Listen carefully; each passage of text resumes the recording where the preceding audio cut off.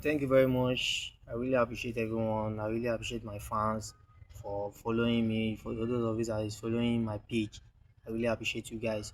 Yes, mo dúpẹ́ lọ́wọ́ yín o, ẹ̀yin tẹ́ ń follow mi, tẹ́ ń like page mi, tẹ́ ń tẹ̀lé mi lọ, tẹ́ fẹ́ kí tẹ́ ń like àwọn vibes tí mo mú wá fún yín. For those of you that are liking my post and sharing it, I really appreciate you guys.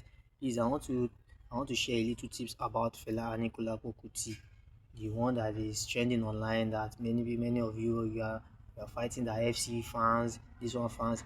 Please, I want you guys to please, let's accept that Fela is the greatest. Fela is the GOAT.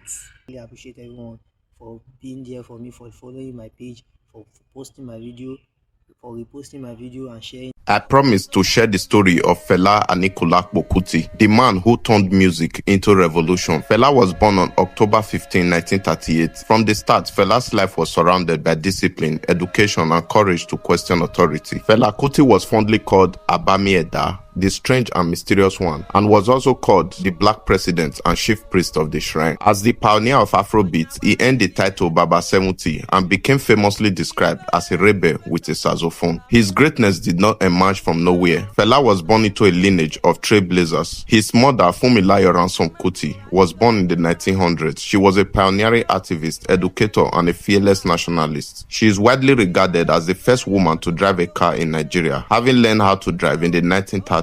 Beyond that historic feat, she stood as a powerful voice for women's rights and social justice in colonial Nigeria. Fela's father, Reverend Samuel Oludotun Ransom Kuti, was born in the late 1800s. He was a respected Anglican minister, educator, and the first president of the Nigeria Union of Teachers. His commitment to education and discipline helped shape the strong ideological foundation that later reflected in Fela's music and activism. As a child, Fela loved music. He played piano, trumpet, and saxophone, showing early genius. But he was also rebellious, questioning rules, questioning power, a trait that would define his entire life. In the late 1950s, he moved to London to study at Trinity College of Music. There, he discovered jazz, high life, and funk, forming his first band, Kola Lobitos. It was the start of his lifelong mission to create a uniquely African sound that spoke to the people. Returning to Nigeria in the late 1960s, Fela fused traditional African rhythms, jazz, funk, and high life to create a sound now known as Afrobeat. This wasn't just music, it was protest in motion. He sang fearlessly against corrupt government, military regimes, and injustice. Fela's boldness often provoked the authorities. He was arrested multiple times, his Calcutta Republic raided, and even his mother beaten during one raid. This event fueled his anger and his art. Yet, he never backed down. Instead, he made more music, and he made the music louder, sharper, and more defiant. He took Afrobeat to the world. Fela performed in English-speaking countries and non-English-speaking countries like Germany, France, Netherlands, the United States, and more, spreading African music and culture globally. His concerts weren't just shows, they were movements. Sometimes they are so explosive that local authorities tried to shut them down. Yet, people kept coming. Fela's greatness wasn't just in performance, it was in courage, in vision, in the ability to challenge power with rhythm and lyrics. He fought military government through his songs, exposing injustice while keeping audience dancing, thinking, and awakening. Hits like Zombie directly criticized the Nigerian military government, and the song's impact was so massive that it led to violent retaliation. Yet, it also cemented Fela's place as the voice of the oppressed. Today, it feels almost like an insult to say Fela died. It's far more fitting to say that Fela transcended into unending glory. This is earned through his fearless achievement on earth.